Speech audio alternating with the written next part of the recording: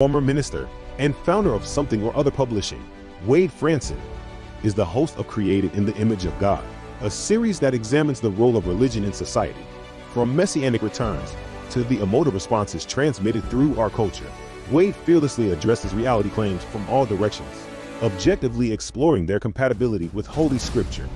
Joining him is Daniel Sanderson, CEO of Planksiv, an international philosophy and cultural media outlet, helping emerging thought leaders with personal branding by co-creating organic content. Tonight's episode: does society need liberation from religion? Does society need liberation from religion? My guest here is one of the most famous atheists in the world. Right? I mean, look, I'm not gonna play you up. I mean, that just kind of pumps you up a little bit, right? But my good friend Dan here is a well-known in the atheist community. I think that's fair to say. Well, And yeah, I guess would that's you? true. The title of Yeah. my book, Godless: How an Evangelical became one of America's leading atheists. So I think I'm more in the middle of the pile there. So Yeah. Well, I mean, and co-authoring a couple, I think two books with Richard Dawkins. I think that's I'm kind of starstruck. That's pretty impressive. I think there's some other uh, co-writing projects that you've done as well. What are those involved? with Richard or with anyone else. With anybody. I think it was two with Richard, and then a few other ones. I think you've. So it was really just one with Richard. He wrote the foreword to two of my books. Mm, So that's probably what you're thinking. But the book, God, the Most Unpleasant Character in All Fiction, is a bit he asked me to write. And this was back 2014, I guess, when his God Delusion book has that sentence in it that it says God is the most unpleasant character in all fiction. He asked me to document that, and the because he was making a slide, he was doing it like a for a presentation, and he did have a spider diagram with each leg representing one of those 19 nasty characteristics of God: jealous and genocidal, misogynistic, and so on. And it turned out that the list of verses that I'm up with, basically in the Old Testament, it was so large. He said, "Well, why not make it a book? Make a chapter for each one of those." mm. So I did, and then I found 8 more besides those. So part of the book says Dawkins was right, and I document every one of those things biblically. Part two of the book, Dawkins was too kind, because I found a bunch more that he had overlooked. So uh, Wow, interesting. Okay, well, there's a bit of a format for the show which I'm not I don't usually adhere to, and we've actually already started off not adhering to that type of format. And so the format goes like this. It's the why don't we share a little bit with the audience some context as to who Dan Barker is, okay? Um, your formative years, how and where you grew up, how religion influenced you as you were growing up, and then kind of move us through in a relatively quick manner as to where you are today. yeah, so you can cut me off if I go to here. So I was born in a Christian family, Bible believing, fundamentalist, conservative Christian family, and my dad had been a dance band musician back in the 40s, and he met mom in a dance band. And they were both musicians. And in fact, you can see my dad on some old TV shows, and in some movies actually. Um, but then they started having kids, and they decided to throw away all the worldly music, going to church, went to Bible college for a while. We went to church every Sunday, twice on Sunday, Wednesday night Bible meetings, week-long Bible meetings, and so on. And I loved it. I thought, wow, this is great. How can one person be that I was born into the right family, into the right religion, into the right type of Christianity, in the right country, in the right time of the year. I mean, I felt like not necessarily a calling, but I just felt like our family was special in some way. And I became a born again Christian. I accepted Jesus as my Savior. I asked Him to come into my heart and forgive my sins. And I knew I was born in. But when I was 15, I accepted what I was convinced was a call to the ministry, because it was a sermon about commission, go into the whole world and preach the gospel. So at the age of 15, I started preaching. Carried my Bible to school. I went on these missions. I went door to door. I thought Jesus was coming any minute, like a thief in the night. And what's important than planning for some future career? Why not plan for saving souls for Christ? So I was a true believer. I felt it. I believed it. I prayed. I read the Bible. We had Bible study. We had pastors that were guiding us. And when I prayed, I felt this presence. I know not all people do, but I did. I felt this sort of father parental presence in my mind, and I would goosebumps, and I just knew I was in touch with the Spirit. The Spirit just so powerful and overwhelming. Jesus delayed His return a little bit, so I was able to go to college. I got a degree in religion at Azusa Pacific University in Southern California. I was ordained to the ministry, and I was associate pastor in 3 California churches. I was a missionary to Mexico for about a total of 2 years, trying to convert Catholics into Christians, if you understand that. And I was a Christian songwriter, a Christian record producer, and I knew and met Andre Crouch and Keith Heen and a bunch of people in that business. In fact, I'm still getting royalties today. Some of the music, which is just kind of fun, the music from the cities. And I was a cross country evangelist for about 8 years, preaching, hoping that Jesus would delay his return at least one more day, so I could bring more souls into the kingdom. So I really was a true believer, and I really felt it. I knew it. I talked with God. I had what's the word, integrative life-changing experience within me. I felt all those things that you necessarily have to feel things to be a Christian. But I used to preach. But I actually did. It was like a dessert. Like, wow, I get to be in touch with my Savior and with the creator of the universe. And I prayed a lot. I often thought I was convinced for answered prayer, and I could tell some of those stories if you like.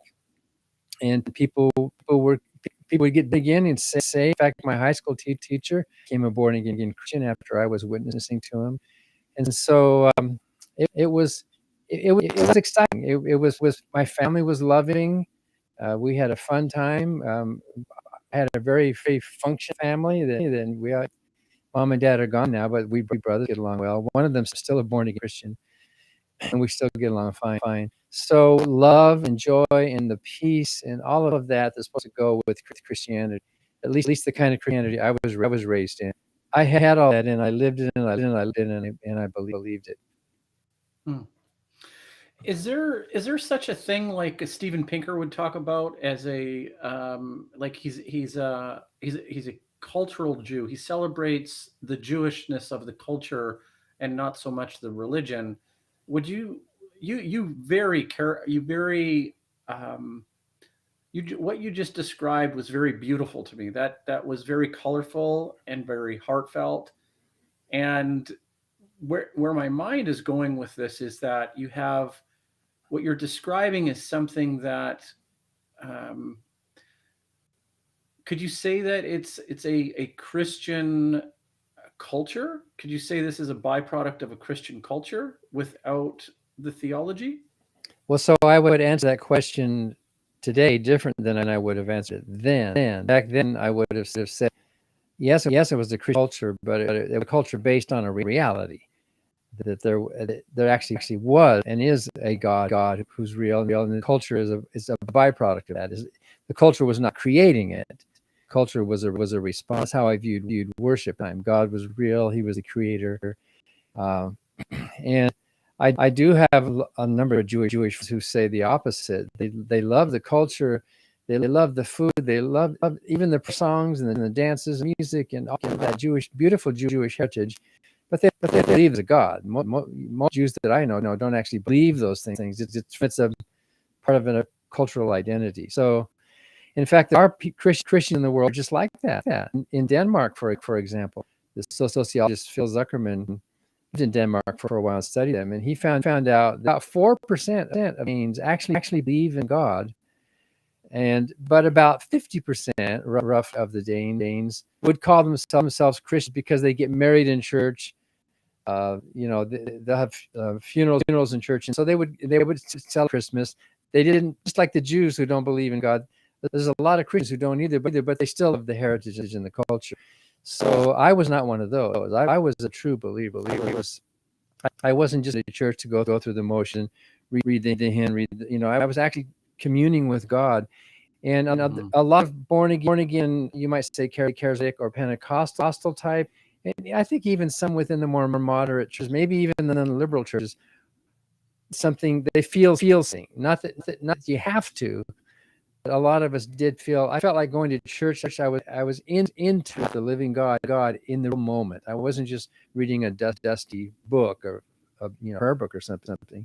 So that was my mission. And we can't paint all Christians with the same brush because there's such a wide cross section of belief. And I've had Christians tell me, well, Dan, if you were from the fundamentalist Pentecostal, you had a very simplistic, not sophisticated view of theology, did you? Like, you hear that the squabble between Christians, who's the true Christian and who isn't. And sometimes people tell me, Dan, you weren't really a Christian because if you were a true Christian, you wouldn't have left it. And I respond that if I wasn't a true Christian, he is, because the Bible says you should know them by their fruits. It's not up to you to judge whether or not I'm a Christian. And just like you might feel, I'm talking to this person, not to you, but just you might feel you really have the truth. I felt it too. And so if I was lying, then why are you not? Also, a lot of believers are kind of psychoanalyze. Well, you must have had a bitter experience, or you must have. You must have something let down or some disappointment, or you were upset with the hypocrisies or whatever. Say no, it was not that. Mm-hmm. Yeah, it seems to me that it taps into some wondrous and beautiful aspects, right? But it also is a direct pathway to an us versus them mentality, in many aspects of psychology, right? And so what you've described is a fragmentation among sects, but then there's also this idea of believer non-believer. Well, I'm a believer, you're a non-believer, and I've um, I've I've kind of softened my approach in an intellectual return in through the lens of a Christopher Hitchens and a Dawkins and a Harris and Dennett. Right. This was kind of a return to an intellect for me, to an intellectual pursuit for me.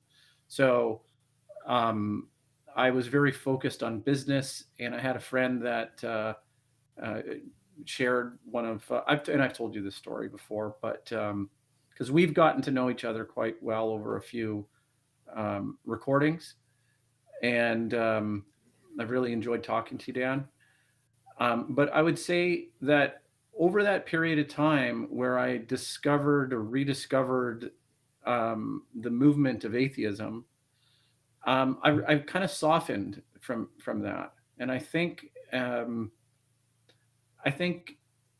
as the movement has kind of matured, I've heard some criticism that it starts to take on a shape of its own, almost like a cult. And I don't know if you feel this at all, but I think, especially if there's the angry atheists, which I have no anger. I see I see the possibility for compatibility if we're honest with ourselves, and you know, um, we don't dismiss some of this literature. So what are your thoughts about the movement overall?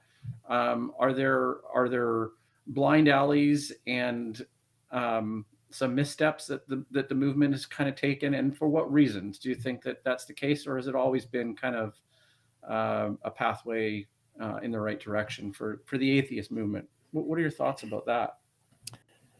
Well, first of all, I know people use the word movement in kind of, I guess demographic sense. It's, there's some change in the culture, and then there's the atheists.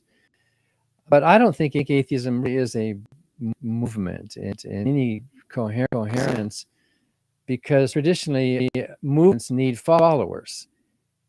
And I don't know any atheists, might be a few, but I don't know any atheists who consider themselves to be followers of some movement. It's not like a top thing. With most religion, it's top down. There's some kind of sovereign, or the king or the lord, the monarch, or the Vatican, or the Episcopal. There's some kind of a top down clergy thing, and then there's the people below who are followers. And in fact, there's a pastor and there's the sheep, right? So that gives you a picture. The sheep obediently follow the pastor. But atheism really not what you would call a real movement in that sense. Yeah, we could say that when the new atheism along back in like with Dawkins and Dennett and Hitchens and Harrison, and those books really, it made a big impression on the world, and it still is.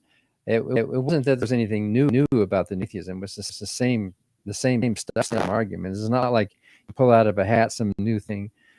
But you might be right, Daniel, that there are a few, maybe, I don't know, but there might be local atheist humanist groups who do organize themselves in a kind of local cultish way. I don't know about that, but I wouldn't doubt it. But in general, I don't. What if I would say I am now the Pope or the Bishop of Atheism, and everybody must listen to me. I'm going to gather you at. They will leave. That's not what atheists are like. Atheists are individual thinkers. Atheists are bottom. Atheists are saying, well, I'll listen to what you say, and we do have our. I wouldn't call them idols necessarily, but there are people we do respect. People who have earned respect. People in the sciences and people in philosophy. People who have in literature. People who are atheists. We admire them and we applaud them, and we even give them awards. But it's not like they're some kind of a clergy that are telling us what we must think. So, and you're right. You started off pointing out that whatever it really is, whatever is true or false or good or bad, religion is divisive. Religion divides people. Religion has in-group, out-group. The elect versus the damned, the chosen versus the infidels. And atheism doesn't have that. It's just a matter of, do I want to go to that convention or not? Do I want to read that book or not? So maybe that halfway answered your question. Yeah, no, that's good. I think that's enough to get people thinking. And if that's the goal of atheism, then that's good. That's a good thing. Well, it's not even a goal. It's not a goal. Atheism doesn't have any perfect goal at all. Yeah. Well, man, I was going to move on, and then I remember a philosopher that I greatly admire, Daniel N. Robinson, and I know he'd kind of squared off, or he was involved in an interchange with Dennett at some point in a few papers, and I tend to lean towards, as a philosopher myself, I tend to lean towards goal-directed activity as a teleology, as something that is important, not necessary, but it's a worthwhile heuristic to have, and so abandoning it for not having a teleology whatsoever and being antithetical to any sort of framework. I just I don't know. I don't think I'm there yet. Well, or even if it's a progressive thing, I don't think that's the right move, honestly. Well, the point is, the point is that atheism itself is not it does not have a goal. Atheism is simply the absence of theism. Most atheists that I know are goal-directed and self-actualized and involved in, let's say, humanism or feminism or social issues or the climate or science or the arts. And we're driven by something, but it's not that like atheism drives us. Atheism just has to be kind of default thing. I don't know any atheists are going around trying to drag people out of churches and stop them believing. It's just that we get asked a lot, why don't you believe in God? So we need to be, like the Bible says, be ready to give an answer to anyone who asks you, and for the hope that lies within you. So, and atheists can use that phrase too. So to say that atheist itself is not a teleological movement, it's not to say that atheists lack drive and purpose and goals. Yeah, no, I know. I realize that, but I do think that science and the empirical byproduct that has come out of history of empiricism, um, and maybe it's an offshoot of the ionic enchantment that I first heard that described by E.O. Wilson in one of his books. But basically, I think there's an aversion against a teleology at all, because it's been so much the realm of a religious mechanism that a secular society tries to stay blind to that, almost like a science experiment. And I I I return more towards the ancient Greek tradition, and think that it's a more um, holistic type of totality that we need to describe the human experience, and part of that is a lineage theory of culture that I think there's still a lot of opportunities to cherry pick and find the best of religions. But I'm an optimist and a Platonic thinker. So, what are your thoughts on that kind of sketch? Are you optimistic that we can reconcile and reform religion in a way that um, even just negates the idea of theist, non-theist, just human beings? Well, how I might answer that question. I first wonder why. I mean, why do we even need it? We have culture, we have literature, we have community, we have joint causes that we're involved in, and we have believers, Christians and Jews and Muslims also embrace empiricism. In fact, I'm just rereading Francis Allen's book here, The Language of God.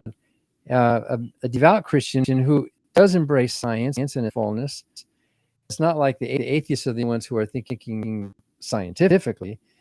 We believers, I know many Christians who we march in the same parades, work for the same causes. We care about this world. And for them, their faith sort of a vehicle. But many of us don't need the vehicle. We just think humanity itself is a vehicle. So I guess there's an maybe unexamined assumption in question that we need religion. Religion is good to have and form it, and let's make it a good thing. Maybe a bad analogy would be like curing a disease. I guess curing a disease is a disease is a negative thing, and fighting it is I guess a positive element. You get rid of the disease. Well, they say, well, what am I going to reap the disease with? How am I going to live if I don't have something to replace it with? And I think in many cases, the downside of religion is so huge compared to the upside that it really is a disease that we'd be better off healing ourselves from and really get to real issues in the real world. Oh, interesting. Yeah, that's I think that's a tough one for believers to find common ground on, because and that's okay. Let's leave that at that. And I want to get into free will and what belief means. But I think that that realization of understanding that it's and equivocating it to a disease or something perverse is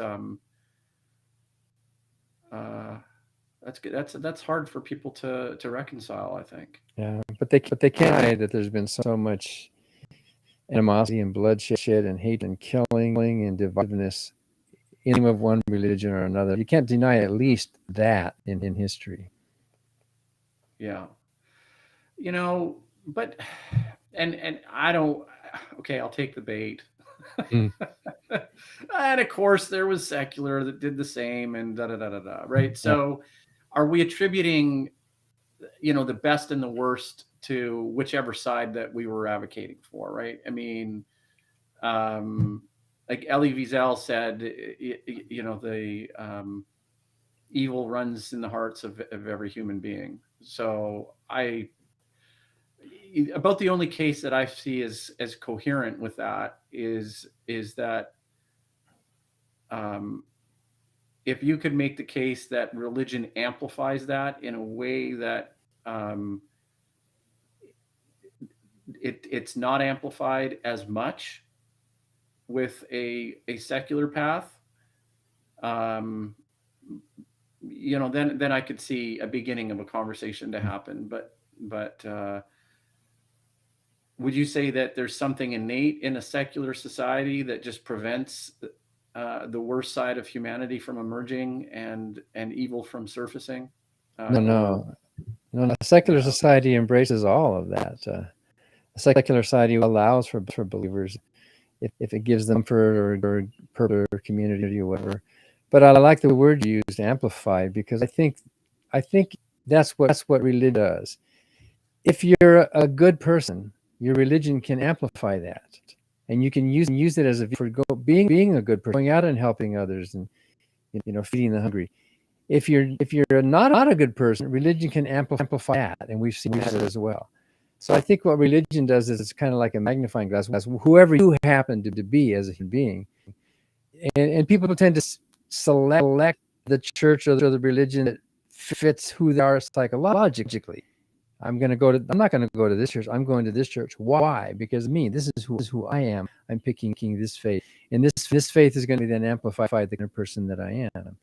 But we saw, like for example, on January 11th, we saw religion amplified there at the insurrection in our national capital.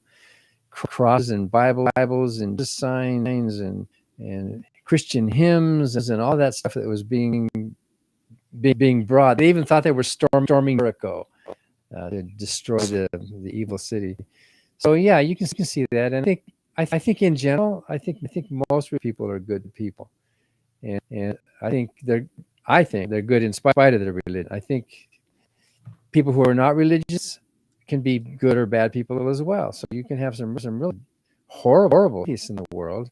Being an atheism doesn't promise anything, and I think that's the difference. Most religions promise by following the religion to make you a better person. Atheism doesn't. Atheism just says we're going to remove this obstacle, and then you're on your own. And if you're a psychopathic atheist, well, you're going to live your life as a psychopath. And religion or the atheism is going to make any difference. Interesting.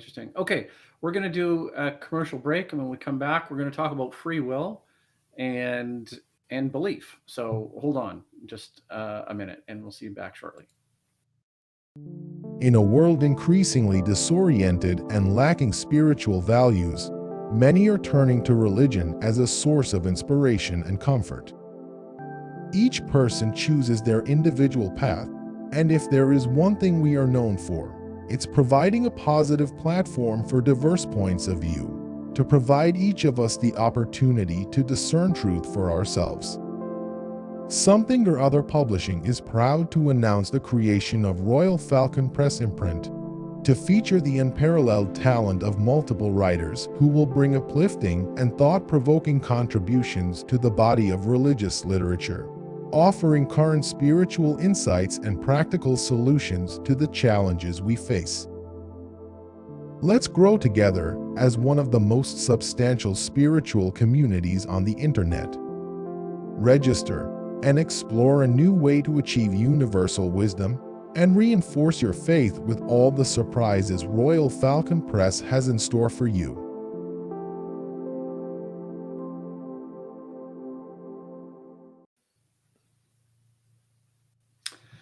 Okay, well, I mean, a little bit of a call to action for some for religious writers to contribute, which is great. It's a nice little advertisement, but it didn't quite logically follow with what we were saying.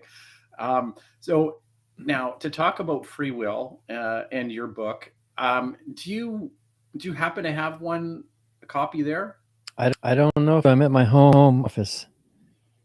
I have to dig Okay. around. I might have to go dig around. You want me to do that, or should I? Okay. No, it's okay. It's okay. I mean, anybody that consults the Google Oracle will be able to find Dan Barker, and they'll be able to find multiple books. The one that we're going to talk about for the next 15 or 20 minutes is Free Will, and specifically Dan's nuanced take. Now, I'm going to see if I can pull out the nuanced take that Dan was able to articulate in his book.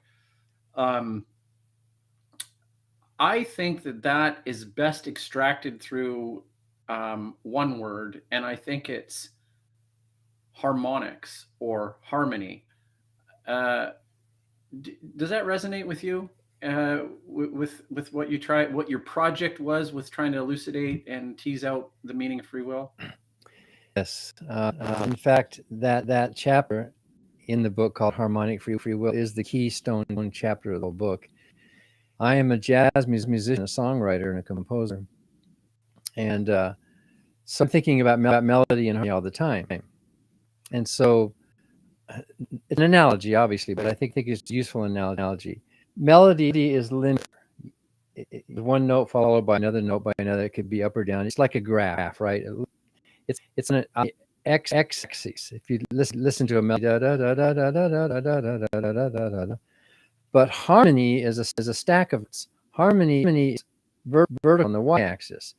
So harmony is a collection of notes that produce not just one frequency, but an emotional sound with what you would call progressions and resolution and such. That's at a different axis. It's this way.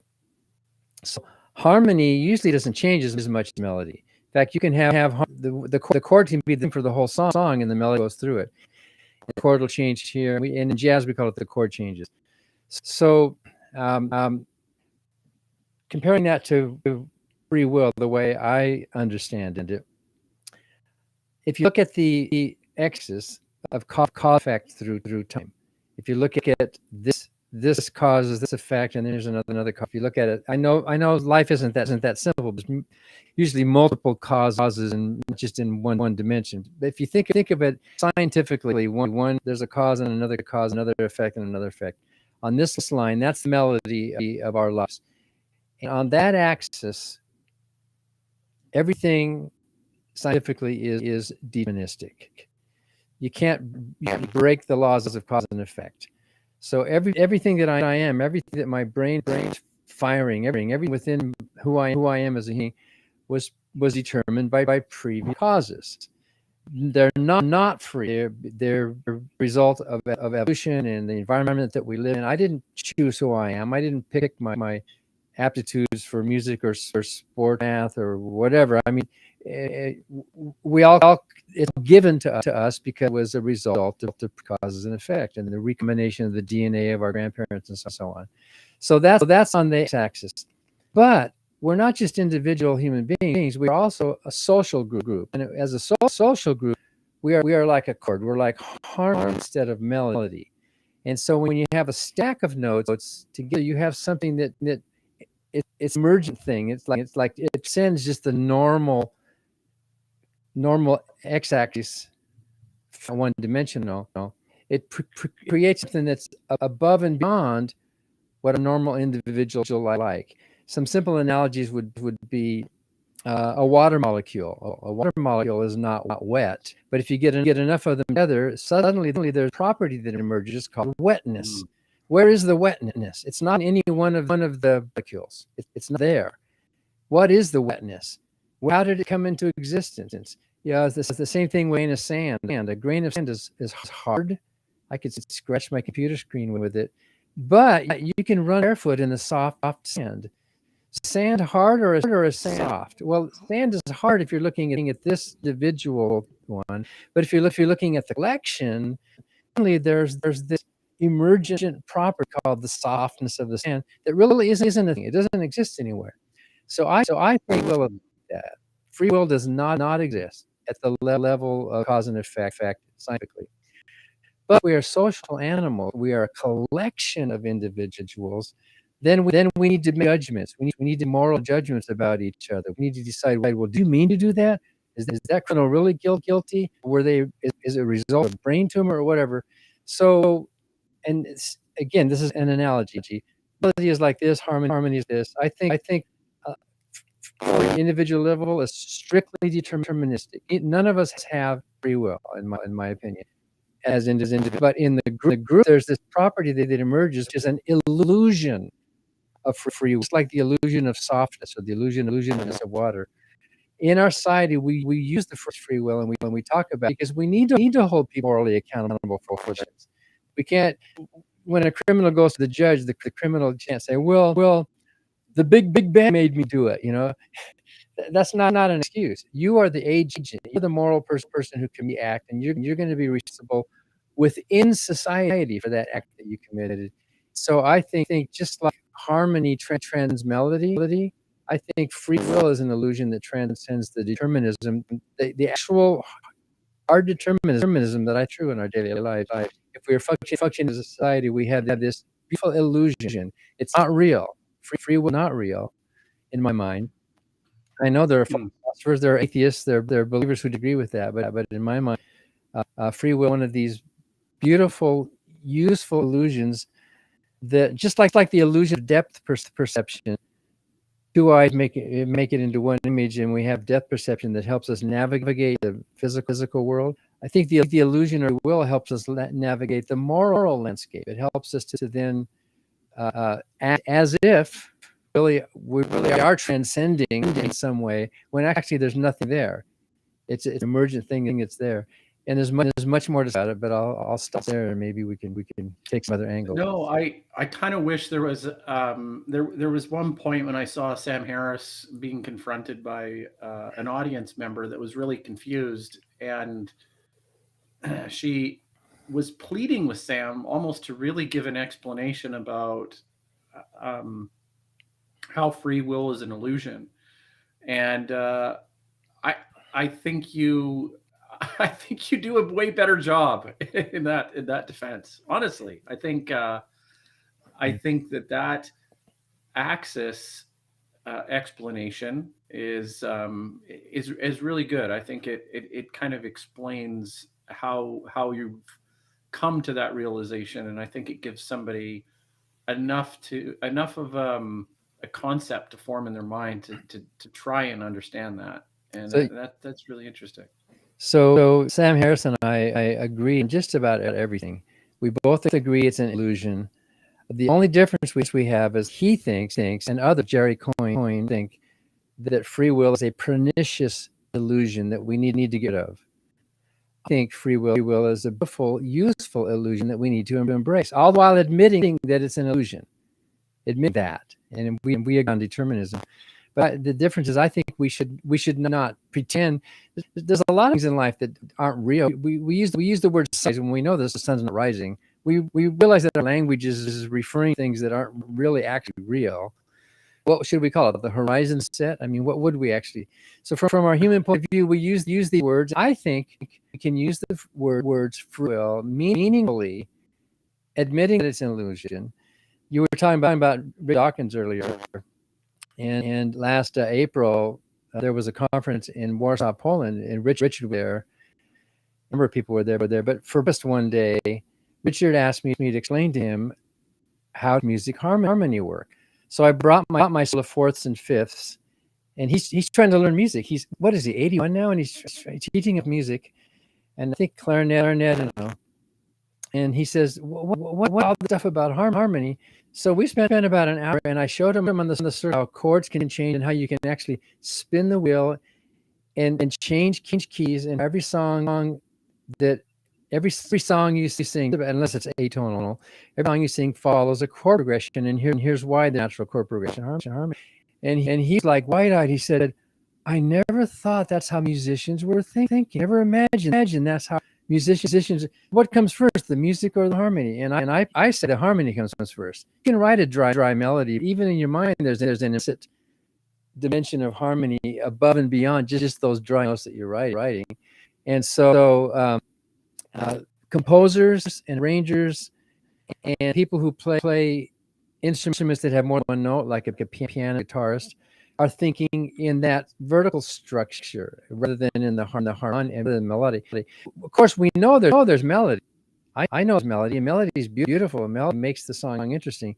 But we're primarily thinking about the harmonic background.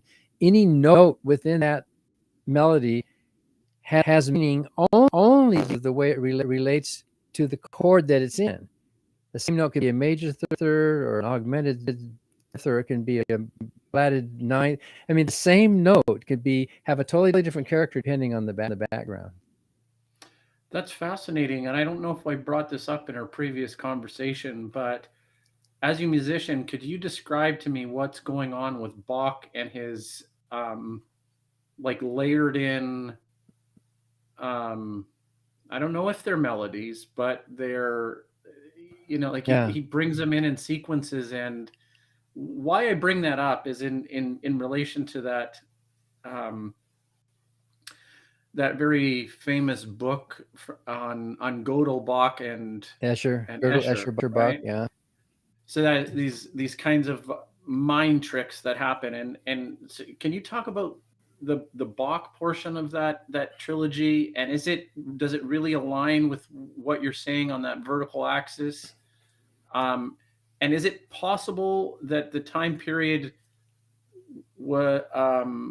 kind of got that right? It seemed like the time period was very favorable with what Bach was creating as some sort of portal into or something revealing about the way we think on that vertical axis. Do you see some similarities there at all?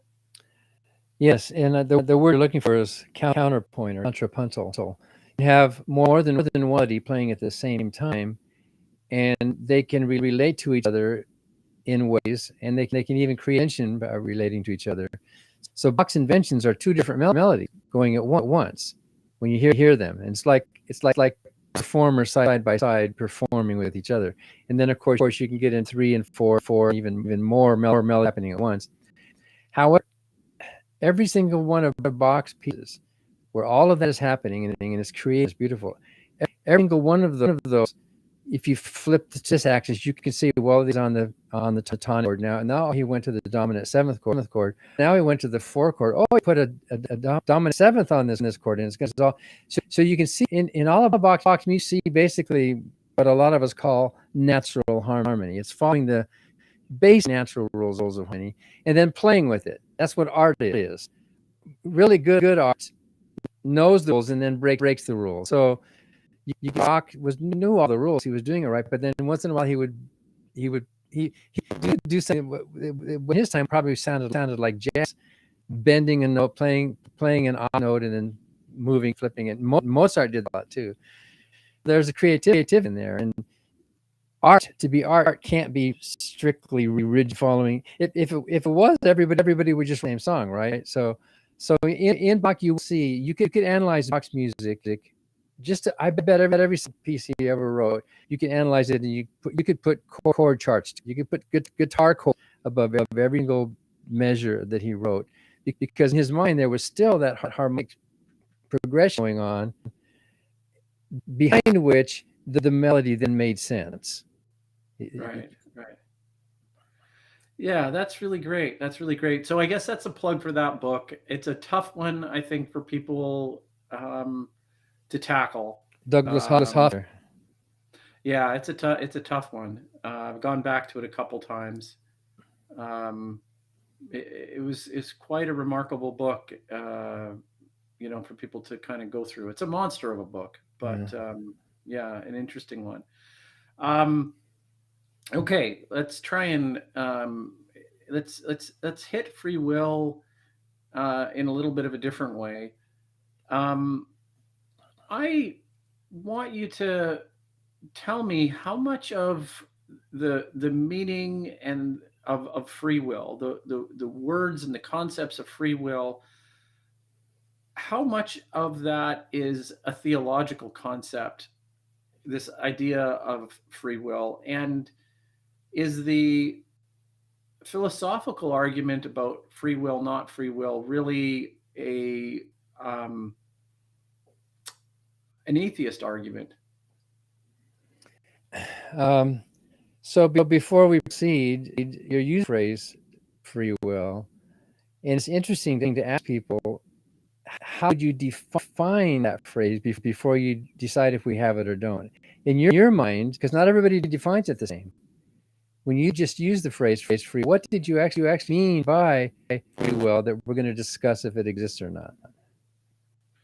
Yeah, okay, that's very good and very helpful. So in this particular context, and I guess I just have the ability to suspend several of them.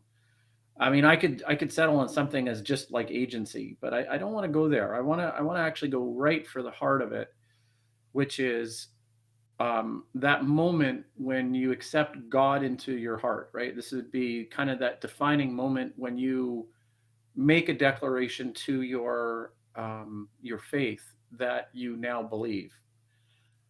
I think that gets to the heart of the religious definition of free will, because that um, effectively commits you to the in group. Um, that effectively convinces you and and convinces the in group. So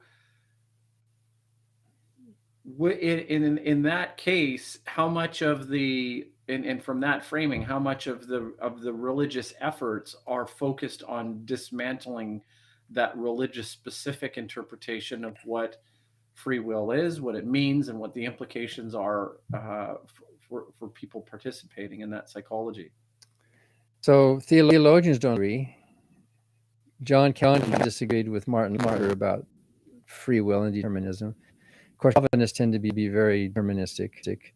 Uh, Christians don't agree on it, and Christians in the same church won't agree what free will actually means, if we have it or if we don't.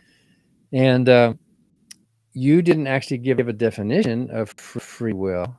You assume that we mean by the phrase free will, and I'm guessing what you mean is that actions were not predetermined outside of our control, that we actually at the moment of agency have a choice that we could have other than we did, right? Is that what you mean by free will? You're right. You caught me on trying to stay away from a definition, and it's like, what is this philosopher doing? You won't let him nail him down to a definition, right? Well, welcome to the subjective world of subjectivity. Well, philosophers don't agree either. So I mean, Exactly. Yeah. different philosophers will give different answers. So. Yeah. So, but what I find the way the conversation is going is that's pulling us down the pathway of, and it's a very simple, useful definition of free will. Could I have done something other, or chosen some other path, or affected some other causal outcome? I guess would probably be the simplest and most direct definition. However, I don't think it really invites the religious community to the party. I think we're in a more productive and useful conversation to stay within this realm of illusionary, of it being an illusion, in order to penetrate and have meaningful conversation with people in religion. Right now, there's somebody out there who will say, oh, anathema. I don't like that. I'm not going to. But if we settle on the definition, like something that I could have chosen otherwise, right? Or it could have done otherwise. It seems, for some reason, it seems a little bit too reductionist. It seems like we've missed something in that definition. Well, okay, so in my tradition, I believe that we did have the free choice to choose God or not, or to choose Jesus or not. And even there's a lot of verses. Choose ye this day whom ye will serve. As for me and my house, I will serve the Lord. That word serve all means to be a slave to or to worship. So if I'm going to end up in hell, it's because of my choice. That I made a bad choice that I could have chosen good, but I didn't. And I chose the bad, and so I'm going to be damned. There's a lot of religious traditions, though. And the Calvinists don't. Most Calvinists don't think that way. They didn't have a choice. They were preordained. This was determined for you in advance.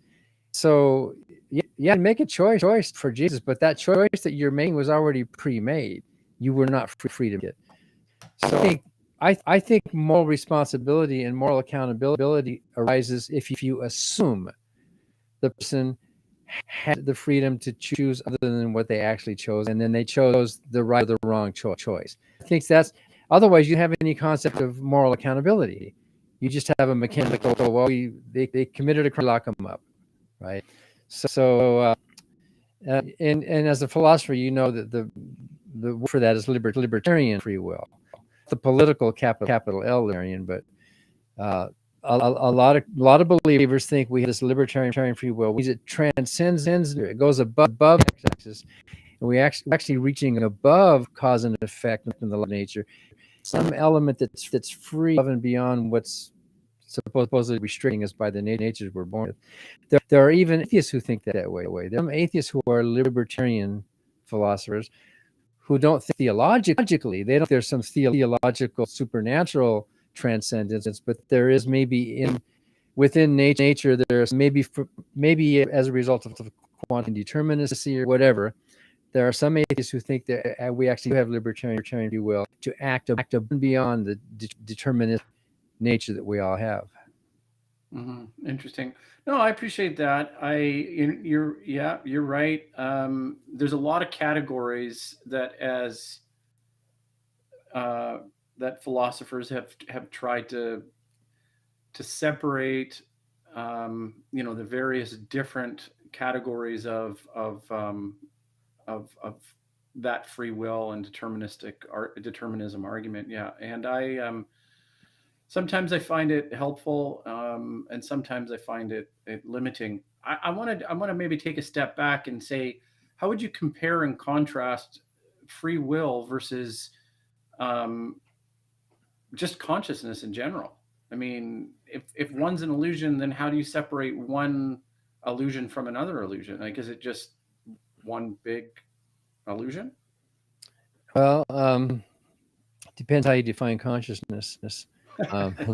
And there's no agreement on all of that. I really like Daniel Dennett's a sort of a way of describing consciousness as the center of negative gravity. It's not a thing. Consciousness is not a thing, but you've got all these different modules in your mind working at once, right? We don't just have the part that's aware that you're aware, which I think conscious is. It's not just knowing. To be conscious isn't just knowing and being aware. It's knowing that you are knowing. It's that feedback loop. Douglas Housefatter's other book, I Am a Strange Loop, he goes into that. There's this level of complexity in our brains and some other animals, where not only do we know, we can also ask things like, well, why did I think that? Why am I? We're looping back around on ourselves, and so there's also these subconscious modules happening. There must be dozens of different things happening in your brain right now. Visual and smell and all these logical and sub-rational things happening, and all these different what Dennett calls narratives happening at the same time, and that sum total of that makes you who you are. And so there's no real order to it, but the sense of it is what we would call consciousness. That's Dennett's side, and I think it's a nice way of looking at it. I think that free will doesn't require consciousness. There's experiments that have been done. The Libet experiment that shows that the experimenter predict know before you know what you were going to choose by looking at your brain. They hook it up to the brain, which is pretty weird. And they've done experiments with people, where they have the machine do it for them. They know what the person's do, but the machine goes at it for them. And it's like, am I in control or not? Those are really weird things. But all that proves is that it takes time for thoughts to process in the brain. It takes time for anything to happen. You're not really listening to me in real time. You're listening to me slightly delayed because your brain and your vision is to process it. So there's always a delay in the brain, and so that delay could be some microseconds, like in some of those experiments. It could be many seconds. It could be a long time of a delay, where you've thought some conscious thought and it takes a while to get. So I think free will, if you look at it as a emergent social illusion, really doesn't require consciousness. You're not consciously aware that, I'm choosing chocolate rather than strawberry. In fact, tonight Annie Lorraine and I went to the ice cream shop. We took a long walk. It's in the summer, and we were standing in line, and the young girls and us were trying to decide. And this one young girl said, I'm not in a chocolate mood tonight. I'm not in a chocolate mood. So that affected her choice. For some reason, she didn't think she was in a chocolate mood, whatever that meant, which played a part in determining what her choice would have been. She was not going to choose chocolate for some determined reason. Was she free to chocolate? I think she was, but was she really ultimately? I don't know. Answer to that question. Yeah, it's interesting. All right, I'm going to play another ad, and when we get back, we're going to do a role play at the ice cream shop. So okay. Okay. Hello, and welcome to Something or Other Publishing, or as our friends like to call us, Soup. Soup is a platform that connects authors, readers, and service providers in one convenient place.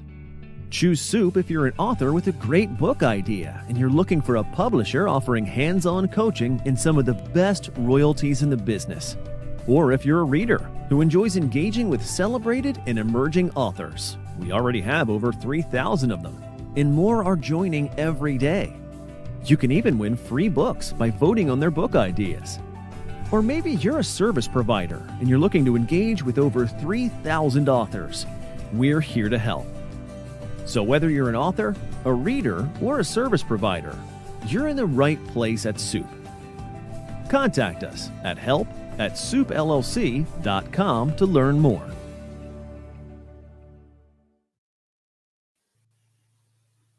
Okay, we're back again, and I'm thinking of this. Imagine an ice cream shop, and I want you to think of the ice cream shop you were just in. And oddly enough, I have a picture of an ice cream shop that is down on the Pacific coast, on the ocean, blah blah blah blah blah. But is that the one? Is that something similar to the one you were at, or maybe Chicago or something like this? Well, where was the ice cream shop? Well, it was last night after we got back from Chicago, and it's indoors. It's a shop. It's outdoors, and you get up in line and order your ice cream. It's the chocolate shop, basically. Oh, I see. Okay.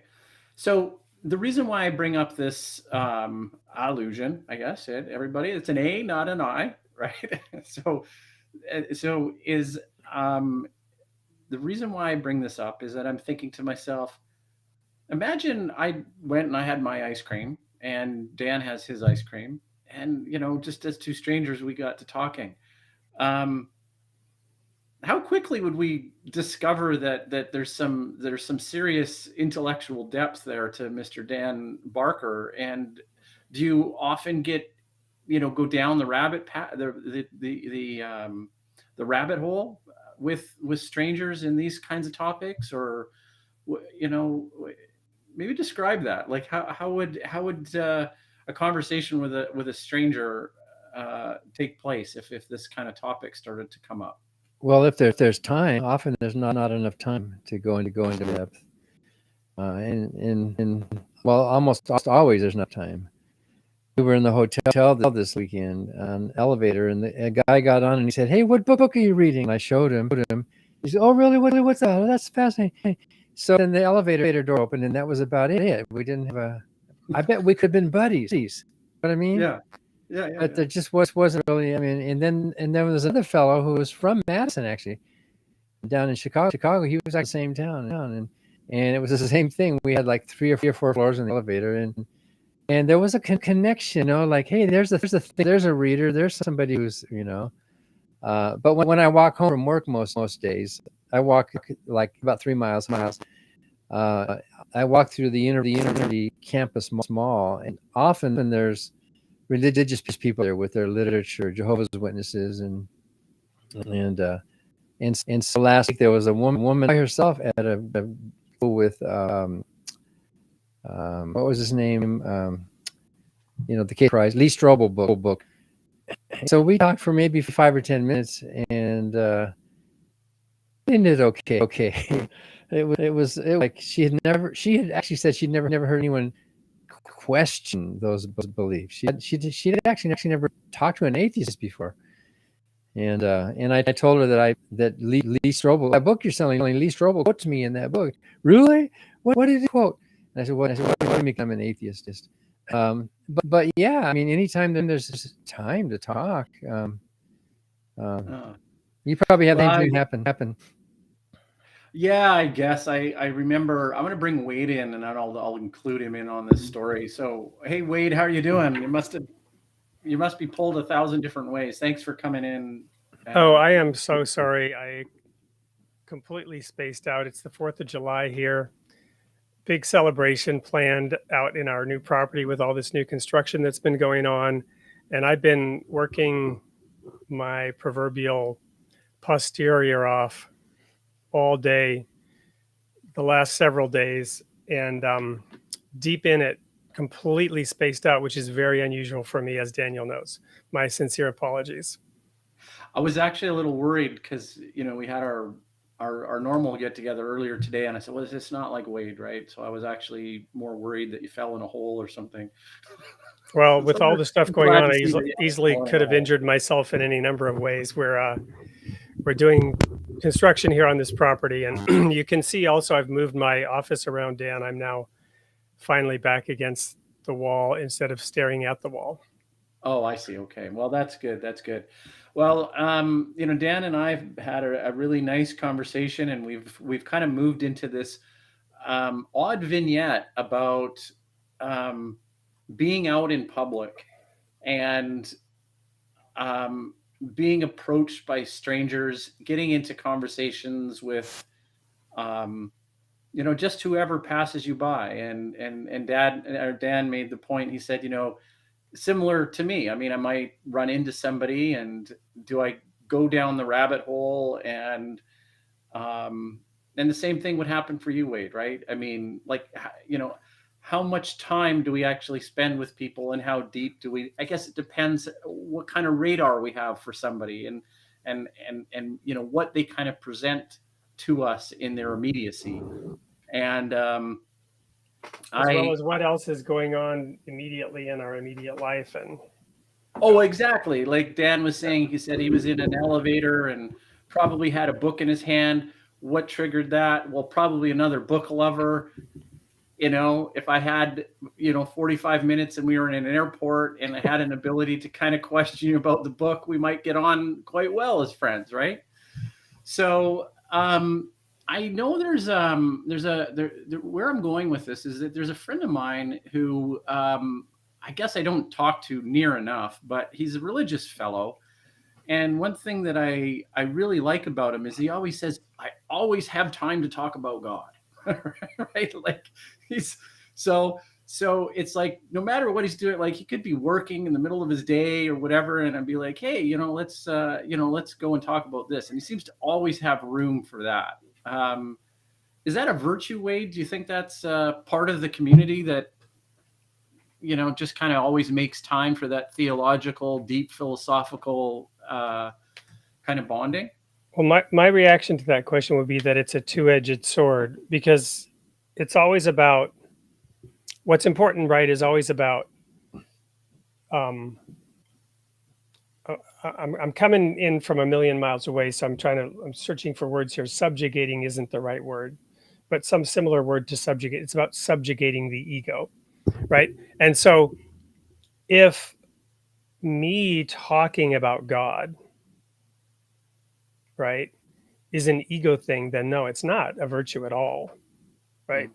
But if, depending on where that other person is coming from, if that's a meaningful conversation for that other person, right? If I'm concerned about that other person, I know that one of my big weaknesses is I'm not a good listener. And I don't have a lot of patience. I'm too quick to think I know what the other person is thinking or feeling or believing. And I'm eager to get into a dialogue with that person because those dialogues enrich me, right? And I get something out of that dialogue. But then that's not serving the other person per se, even if that person is serving me because I'm getting what I want out of the discussion. Does that make sense? Yeah, yeah. So Dan, I want to throw this back to you, and I want to say I want to give you this word pairing of network effect, and you've brought this up earlier when you were describing your model of free will, and to give Wade a little bit of an idea of what Dan described, is he described free will on two axes, an x-axis, which is a purely sequential cause and effect environment, and then the vertical axis is more where the harmonies and the epiphenomenal network effect happens. And I want to know what your thoughts are, Dan, about a network effect and the heuristic of working and connecting in a group. And is there an efficient way to do this? Do you see this as something that is an ideal pathway forward with or without religion, and why? Well, nice to meet you, Wade. Where do you live? I'm in Wisconsin. Oh, really? Me too. I'm in Madison. You're kidding. We moved out of Madison 15 months ago to Brooklyn. Oh, really? Okay, so we're pretty close here. Which is township of Oregon. Yeah. Oh, that's cool. So I call it the Bermuda Triangle of Wisconsin, where the East Coast and the West Coast meet. Brooklyn, New York, Oregon, West Coast state. That's good. Where in Madison are you? Well, our building is right downtown. The Freedom Religion Foundation is just two from the state capitol on West Washington, and we just expanded. We have a 5-story building there now. Your audio is a bit wonky. The Freedom Something Foundation, I heard or understood. The Freedom from Religion Foundation. We're a national organization. Is that better? Oh, sorry, my cat just tried to jump up on me and stab me in the foot. No, it's not.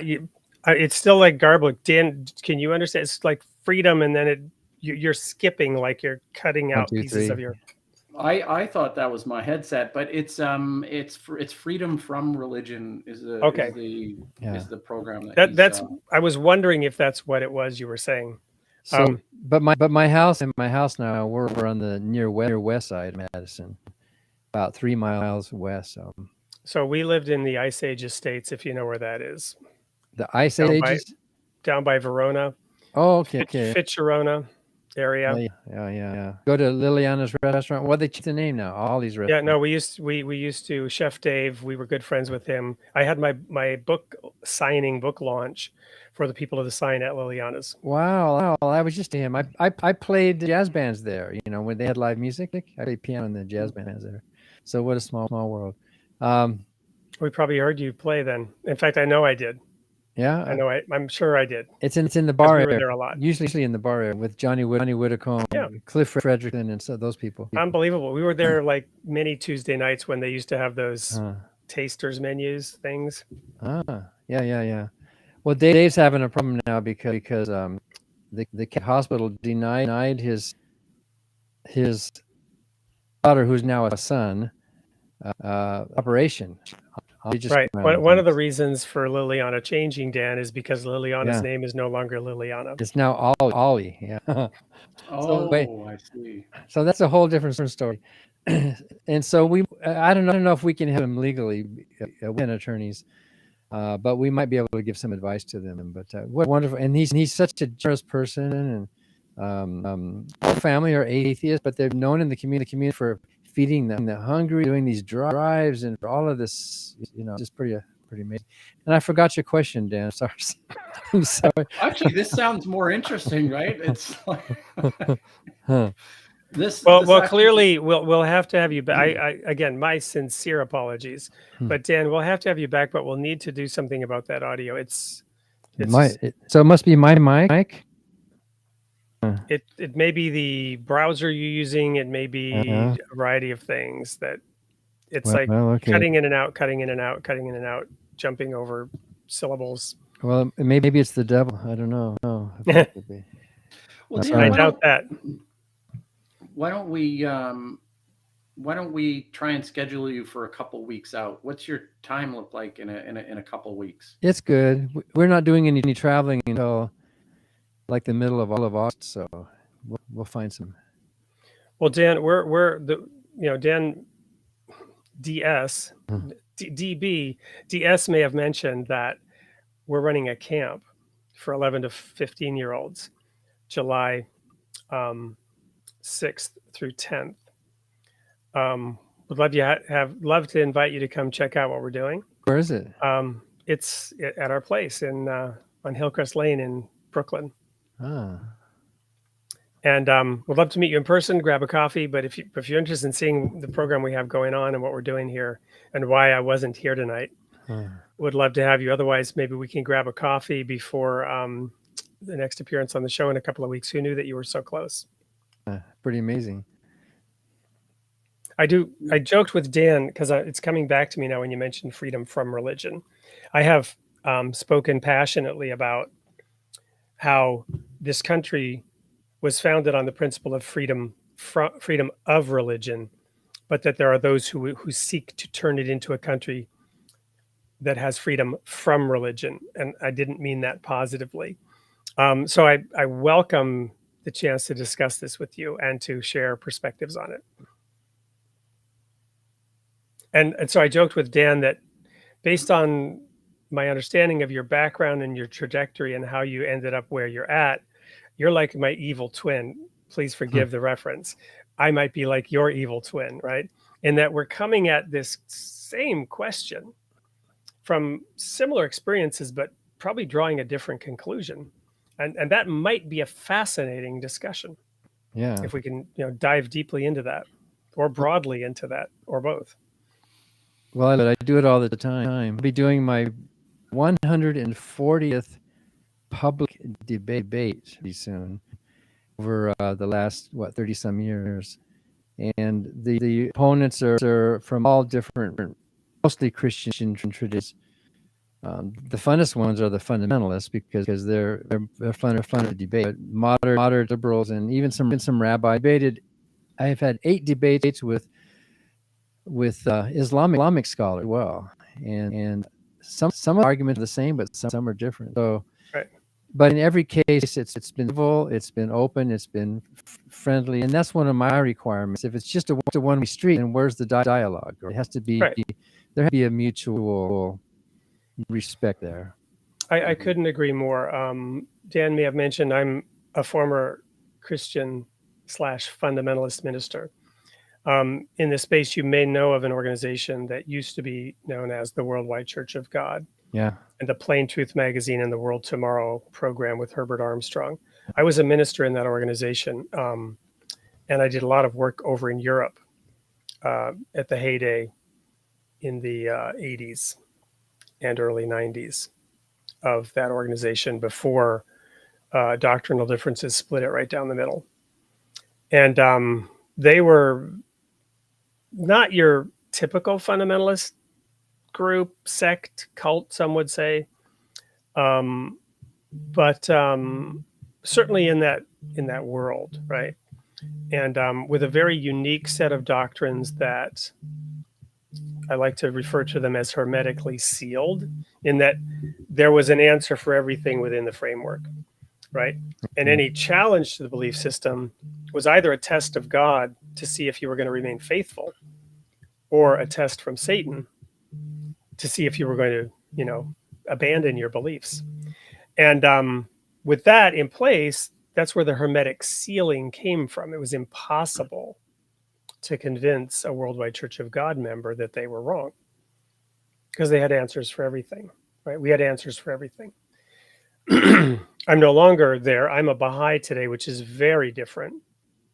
But a lot of people, even Baha'is, aren't aware of the ways in which it's similar as well.